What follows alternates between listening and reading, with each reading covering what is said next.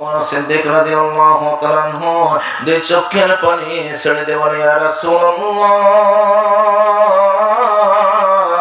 ইয়া হাবিবাল্লাহ, যে আবু বকরকে আপনি এক মুহূর্তে এই দুনিয়াতে না দেখলে পাগল পড়া হয়ে যাইতেন, ওই আবু বকরের মহব্বত কেমন করে এই দুনিয়াতে আপনি ভুলে গেলেন। আমার আবু বকর সিদ্দিক রাদিয়াল্লাহু তাআলা আনহু আমার দয়াল নবী রহমতের নবীকে এত ভালোবাসতো। নবী আবু বকরকে ভালোবাসে একটা ঘটনা আপনাদেরকে বোঝানোর জন্য বলতেছেন। আমার দয়াল নবী রহমতের নবী যেদিন বলেছিল আবু বকর আমি মক্কা থেকে মদিনায় চলে যাব, আমার ভাইরা, আমার দয়াল নবী রহমতের নবী বলেছেন আবু বকর আমি বেশি দিন এই মক্কাতে থাকবো না, হয়তো কিছুদিনের ভিতরে হইলেও আমি মদিনা মুনাওয়ারায় চলে যাব। আবু বকর রে, তুমি আমার একমাত্র সবর সঙ্গে হইবা। আবু বকর সিদ্দিক রাদিয়াল্লাহু তাআলা আনহু আমার দয়াল নবী রহমতের নবীর কাছে এই কথা শোনা মাত্রই একদিন, দুই দিন, তিন দিন নয়, 6 মাস পর্যন্ত তিনি বিছানায় মাথা লাগায় নাই। সকলে বলেন আল্লাহু আকবার। আট্রসি দরবারে যা খাওয়ার ঘুমাও, এত সহজ না মহব্বত, এত মহব্বত সহজ না। একদিন, দুই দিন, তিন দিন না, 6 মাস পর্যন্ত কি করছে? বিছানায় মাথা লাগায় নাই। এটার নাম আবদ। বিশ্ব শান্তির মহাসাগর খাজা ইনায়েতপুরী কেবলা যান দরবার শরীফে হুকুম করলো কিছু জাকিরদেরকে যে বাবা তোমরা আমার একটা পুষ্কুনি আছে, এই পুষ্কুনির কুচুড়ি গুলে তোমরা উপরে উঠাও। তার ভিতরে আমার মহান মসজিদ বিশ্বরী খাজা ফরিদপুরী কেবলা যান ছিলেন। আল্লাহু আকবার। আমার ভাইরা, বিশ্ব শান্তির মহাসাগর খাজা ইনায়েতপুরী কেবলা যান আমার দাদু হুজুর বলে বাবা আমার ওই পুষ্কুনিতে কচুরি আছে, কচুরি তোমরা পরিষ্কার করতে থাকো। শীতের দিন আমার ভাইরা, অনেক জাকির ভাইরা পুষ্কুনিতে কচুরি পরিষ্কার করতে শুরু করে দিল। পর্যায়ক্রমে একে একে সমস্ত জাকির ভাইরা তারা ওই পুষ্কুনি থেকে চলে আসলো, কিন্তু একজন ব্যক্তি তিনি পুষ্কুনি থেকে আসতেছে না, তিনি হলো বিশ্বরী খাজা ফরিদপুরী কেবলা যান। আমার মহান মসজিদে কেবলা যান সন্ধ্যা হয়ে গেল, সারা রাত্র চলে যাইতেছে। আমার মহান মসজিদ কেবলা যান থরথর করে কাঁপতেছে, জ্ঞান হারিয়ে ফেলতেছে। তারপর তিনি ওই পুষ্কুনির কচুরি পরিষ্কার করেছিল। আমার ভাইরা, ফজর নামাজের পর বিশ্ব শান্তির মহাসাগর আমাদের দাদু হুজুর বলল বাবা তোমাদের প্রত্যেকের জাকিরদেরকে আমি দেখতেছি, কিন্তু একজন ব্যক্তি আমার কাছে হাজির নয়, তিনি হলো ফরিদপুরের মাওলানা সাহেব, তিনি কোথায় আছে? একজন জাকির ভাই বলল বাবা গতকাল সে কুফুসুরির বিল পরিষ্কার করার জন্য পুষ্কুনিতে গিয়েছে, এখন পর্যন্ত সে আসছে কিনা জানি না। বিশ্ব শান্তির মহাসাগর খাজা ইনায়েতপুরী কেবলা যান আল্লাহর ওলির রূহানি চক্ষু দ্বারা সব দেখতে পারে, কথা ঠিক কিনা? বিশ্ব শান্তির মহাসাগর খাজা ইনায়েতপুরী কেবলা যান বলল বাবা তাড়াতাড়ি পুষ্কুনিতে যাই দেখো আমার ফরিদপুরের মাওলানা সাহেবের কি অবস্থা। আমার বেলা কিছু সংখ্যক জাকির ভাইরা দৌড়িয়ে যখন পুষ্কুনির কিনারে চলে গেল, তারা তাকাইয়ে দেখে আমার মহান মসজিদ বিশ্বরী খাজা ফরিদপুরী কেবলা যান থরথর করে কাঁপতেছে। আমার ওই জাকির বেলা তাকে ধরে নিয়ে আসলো। আমার বেলা বিশ্ব শান্তির মহাসাগর খাজা ইনায়েতপুরী কেবলা যান প্রশ্ন করলো বাবা তুমি গতকাল কচুরি পরিষ্কার করার জন্য পুকুরে গেছে, কিন্তু আসো নাই কেন? সমস্ত জাকিররা আসলো, বাবা তুমি কেন আসো নাই? আমার মহান মুর্শিদ বলতেছে বাবা আপনি আমাকে কচুরি পরিষ্কার করার অনুমতি দিয়েছেন, কিন্তু আমাকে আসার অনুমতি দেন নাই। সকলে বলেন আল্লাহু আকবার। ওরে মুর্শিদ নাম যার অন্তরে ভরা, ওরে তার ভরা কি যাই রে মারা, মুর্শিদ নাম যার অন্তরে ভরা, ওরে তার ভরা কি যাই রে মরা। আমি ভেবে দেখি জলপুটু বলে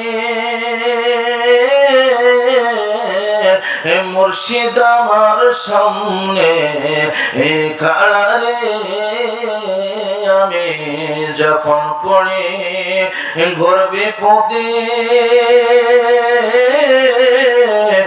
বান্ধব আমার সামনে খাড়া রে, ও সে তো পার করে না ধনী গণীরা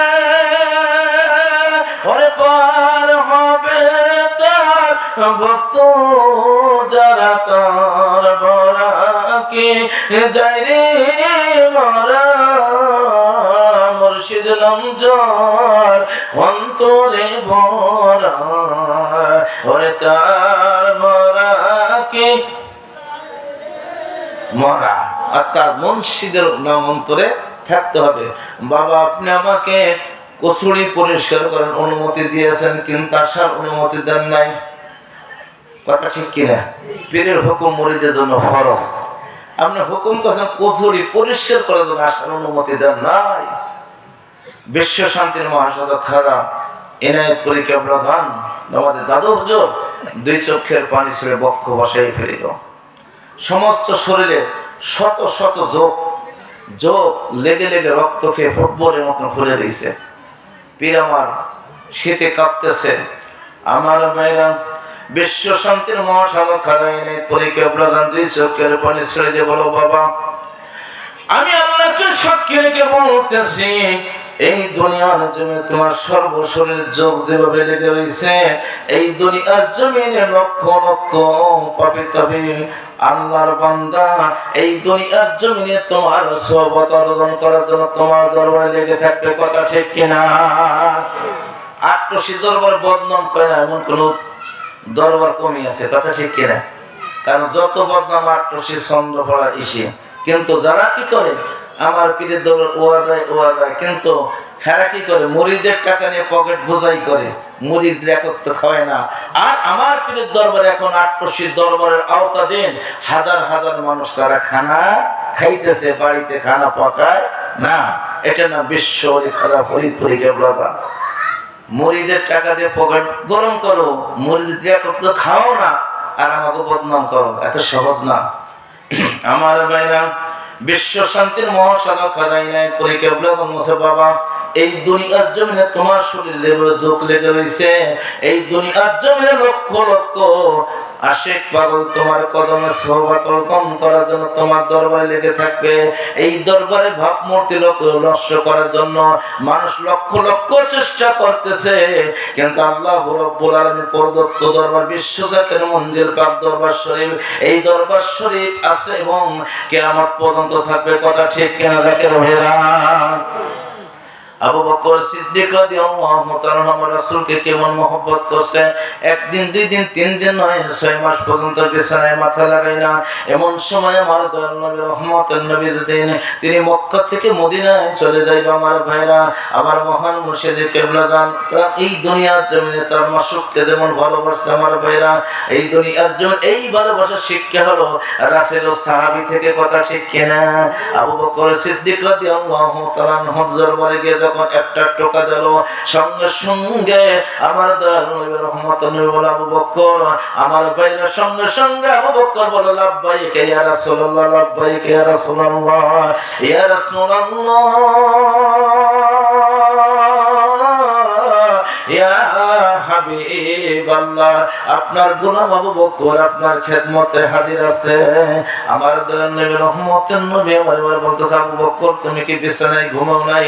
আবু বকর সিদ্দিক রাদিয়াল্লাহু তাআলা আনহু বলল ইয়া রাসূলুল্লাহ, ইয়া হাবিবাল্লাহ যেদিন আপনি বলেছেন আপনি মক্কা থেকে মদিনায় চলে যাবেন, ইয়া রাসূলুল্লাহ, ইয়া হাবিবাল্লাহ ওই দিন থেকে আমি একদিনও বিছানায় মাথা লাগাই নাই। সকলে বলেন সুবহানাল্লাহ। ইয়া রাসূলুল্লাহ, ইয়া হাবিবাল্লাহ এই জন্য আমি বিছানায় মাথা লাগাই নাই। আপনি রহমতের নবী আমার একটা ছাড়া দুইটা যা যদি আপনাকে দেন আমার বিয়াটাকে হয়ে যাবে। কাল কিয়ামতের ময়দানে আমার আল্লাহ যদি আমাকে প্রশ্ন করে আমার বন্ধু রহমাতুল লিল আলামিন তোমাকে ইসলামের খেদমতে একটা ছাড়া দুইটা ডাক কেন দিয়েছে? আটশি দরবারে যাও মওলানার ওয়াজ করে আমরা ঘুমিয়ে থাকি, এইগুলো আমাদের কাজ। এইটা রাসূলের শিক্ষা না, হাসেন না। মসজিদে ফজর ইমাম সাহেব আযান দেয়, এলাকার শত শত মানুষ তারা ঘুমিয়ে থাকে।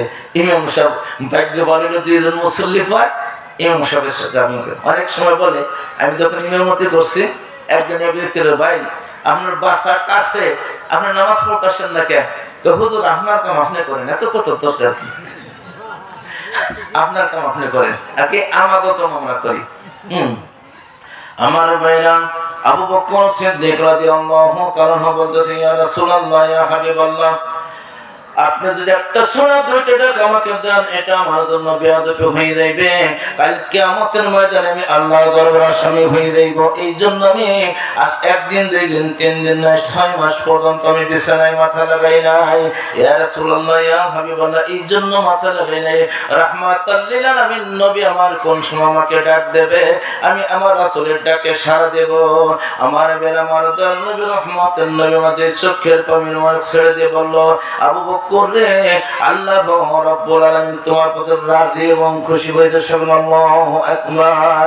আমার রহমাতুল লিল আলামিন নবী আমার বলেছেন, तमाम দুনিয়ার মানুষের নেক যদি এক পালে ওজন করা হয়, আর আমার আবু বকরের নেক যদি এক পালে ওজন করা হয়, আবু বকরের নেকের পাল্লা ভারী হয়ে যাইবে। আমার ভাই আবু বকর সিদ্দিক রাদিয়াল্লাহু তাআলা হইবার কাঁদতেছে, ইয়া রাসূলুল্লাহ, ইয়া হাবিবাল্লাহ, আপনি যে আবু বকরকে এক মুহূর্তে দুনিয়াতে না দেখলে পাগল করা হয়ে যাইতেন, ওই আবু বকরের মহব্বত আমি কেমন করে ভুলে গেলেন। রহমাতুন নবী আমার তিনি সিজদা উঠায় না। আমার বেলা পর্যায় করবে মা ফাতেমা রাদিয়াল্লাহু তাআলা ওই গুহার নিকটবর্তী চলে যায়। মা ফাতেমা রাদিয়াল্লাহু তাআলা দূর থেকে বলতেছে, ও আমার প্রাণের বাবা, তোমার কলিজার টুকরা নয়নের মনি ইমাম হাসান হোসেন আজ 3 দিন পর্যন্ত খানা খাইতেছে না। আমার বীর আমার দয়াল নবী রহমাতুন নবী সিজদা উঠায় না। এমন সময় আল্লাহ রাব্বুল আলামিন বলে, জিবরাইল তুমি যাও।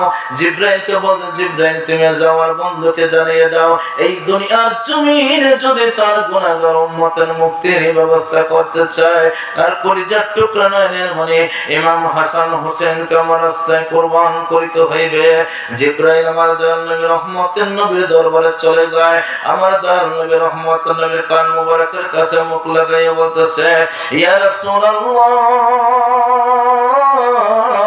ইয়া হাবিবাল্লাহ, আল্লাহ রাব্বুল আলামিন আমাকে এই জন্য পাঠিয়েছে, এই দুনিয়ার জমিনে আপনার গুনাহগার উম্মতের মুক্তির জন্য আপনার কলিজার টুকরা নয়নের মনি ইমাম হাসান হোসেন আল্লাহর রাস্তায় কুরবানি করিতে হইবে। আমার দয়াল নবী রহমতুল নবীর কান্না আরো বেড়ে গেল। আমার ভাইরা এমন সময় পর্যায় করবে মা ফাতেমা রাদিয়াল্লাহু তাআলা জানতে পারলো, এই দুনিয়ার জমিনে তার বাবার গুনাহগার উম্মতের মুক্তির জন্য তার কলিজার টুকরা নয়নের মনি ইমাম হাসান হোসেনকে আল্লাহর রাস্তায় কুরবানি করিতে হইবে। মা ফাতেমা রাদিয়াল্লাহু তাআলা একটা চিৎকার দিয়ে বলল, ও চাচা জিবরাইল,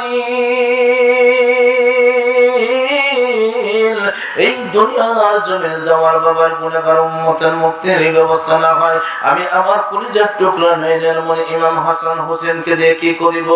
এই দুনিয়ার জমিনে আমি আমার হাসান হোসেনকে চাই না। এই দুনিয়ার জমিনে আমার বাবার গুনাহগার উম্মতের মুক্তির জন্য আমার কলিজার টুকরা নয়নের মনি ইমাম হাসান হোসেন আল্লাহর রাস্তায় কুরবানি করে দিলাম। ও দয়াল নবী গো, তুমি আমার হইও গো কান্ডারি। ও মায়ার নবী গো, তুমি আমার হইও গো কান্ডারি। আল্লাহুম্মা